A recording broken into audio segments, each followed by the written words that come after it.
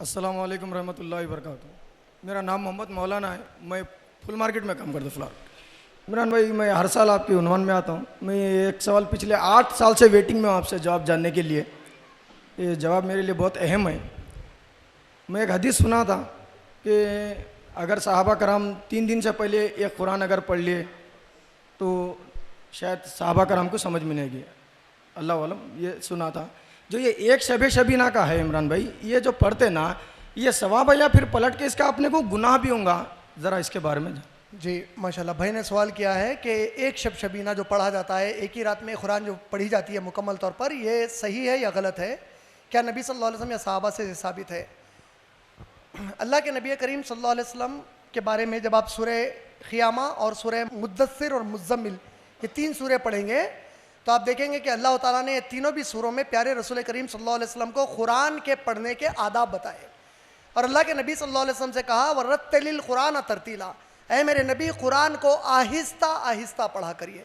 सूरह क़ियामा की आयत नंबर 16, 17, 18 और 19 में अल्लाह ने कहा, ऐ मेरे नबी सल्लल्लाहु अलैहि वसल्लम कुरान पढ़ने में अपनी ज़ुबान को तेज़ मत फिराइए, इसको पढ़ाना, इसके माने समझाना और इसको जमा कर देना ये पूरा अल्लाह की जिम्मेदारी पर है। तो कुरान के उसूल से कुरान को तेज़ तेज़ नहीं पढ़ना चाहिए, ये बिल्कुल मुत्तफ़िक़ तौर पर हर कोई मानता है इस बात को।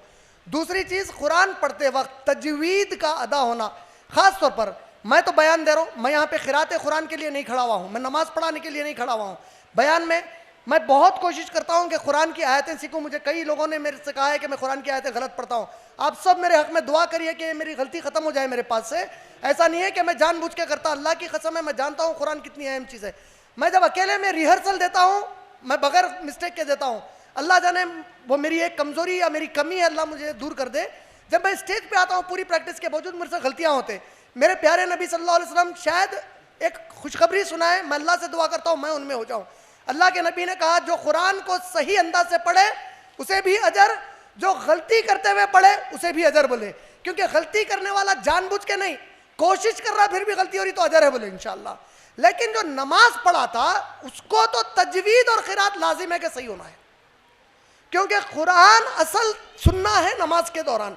अगर उसमें तजवीद बहुत तेज़ी से पढ़ी जा रही, मखरज सही अदा नहीं हो रहे, और अगर उसके अंदर जो है क़िराअत, जो आप लोग ताज्जुब करेंगे कुरान की हम जो क़िराअत पढ़ते हैं, उलेमा अकराम जो अकाबिर उलेमा होते हैं, हम लोग कई बार बच्चों की आवाज़ बहुत अच्छी रही तो कुरान सुन लेते हैं उनसे।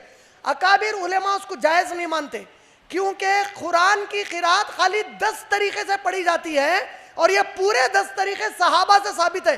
सहाबी ने किसी को वो 10 में का एक तरीक़ा सिखाया, फिर उन्होंने हमारे जो कुरान निकलते असल कुरान, ये लोग सिर्फ वो 10 तरीक़ों में पढ़ते, कोई 11वीं तरीक़े से कुरान पढ़ना जायज़ नहीं है।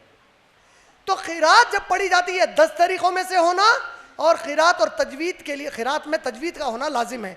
इसके बगैर अगर पढ़ी जा रही तो गुनाह होता, यह तय है, हर कोई मुत्तफ़िक़ है।